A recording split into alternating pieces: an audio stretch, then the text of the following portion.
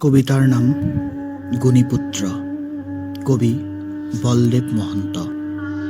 পাঠ ৰাতুল বৰা, তেজপুৰ।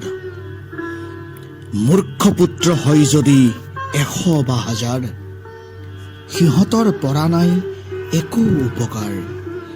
যেনে শস্য ক্ষেত্ৰে জন্মি বনৰীয়া বন, কৃষকৰ অপকাৰ কৰে অগণন। যি বংশত সৎমূৰ্খ বহু পুত্ৰ হয়, সি বংশৰ নাম হয় অৱশ্যে বিলয়।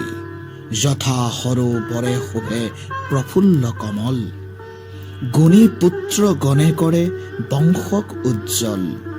গুণী শিষ্ট পুত্ৰ যদি এটিয়েই হয়, অনেক মূৰ্খত কৰি সেয়ে শ্ৰেষ্ঠ হয়। এক ছন্দে জগতৰ অন্ধকাৰ হৰে, অসংখ্য তৰাই তেনে কদাচ নোৱাৰে।